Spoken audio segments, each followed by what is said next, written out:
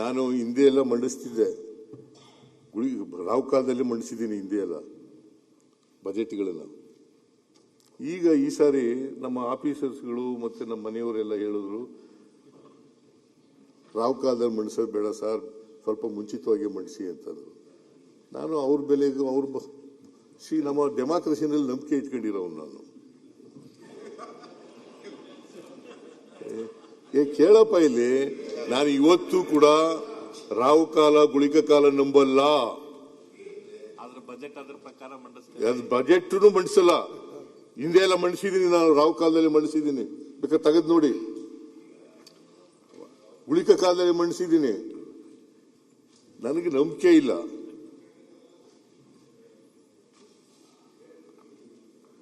ಅವತ್ತಿನ ಪರಿಸ್ಥಿತಿ ಬೇರೆ ಇತ್ತು, ಇವತ್ತಿನ ಪರಿಸ್ಥಿತಿ ಬೇರೆ ಇದೆ.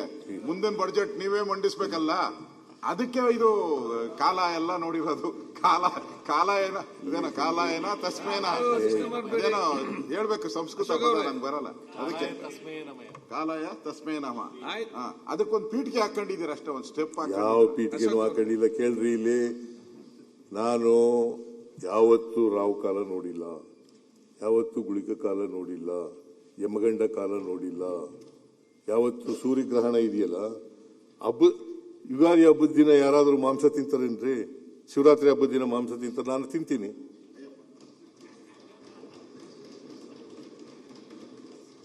Nothing wrong. ಎಲ್ಲ ದಿನನೂ ಒಂದೇನೆ, ಹಬ್ಬ ಅಂತ ಮಾಡ್ತೀವಿ ಅಷ್ಟೇನೆ. ನಾನು ಮಾನ್ಯ ಸಭಾಧ್ಯಕ್ಷರೇ, ನಾನು ದೇವ್ರಿದ್ದಾನೆ ಅಂತ ನಂಬ್ಕೊಂಡಿದ್ದೀನಿ. ದೇವ್ರಿದ್ದಾನೆ, ಇಲ್ಲಿವರೆ ಜಗತ್ತಿ ಇಲ್ಲ, ನಡಿಲಿಕ್ಕೆ ಕಷ್ಟ ಆಗ್ತಿತ್ತು. ದೇವ್ರಿದ್ದಾನೆ, ಆದರೆ ದೇವಸ್ಥಾನದಲ್ಲೇ ಇದ್ದಾನೆ, ಬೇರೆ ಏನೂ ಇಲ್ಲ ಅಂತ ಅನ್ನೋದು ಆ ಥರ ನಂಬ್ಕೊಂಡಿಲ್ಲ ನಾನು. ದೇವರು ಎಲ್ಲ ಕಡೆನೂ ಇದ್ದಾನೆ, ದೇವರು ಎಲ್ಲ ಕಡೆನೂ ಇದ್ದಾನೆ. ಅದಕ್ಕೆ ಬಸವಣ್ಣವ್ರು ಏನು ಹೇಳ್ತಾರೆ ಗೊತ್ತಾ?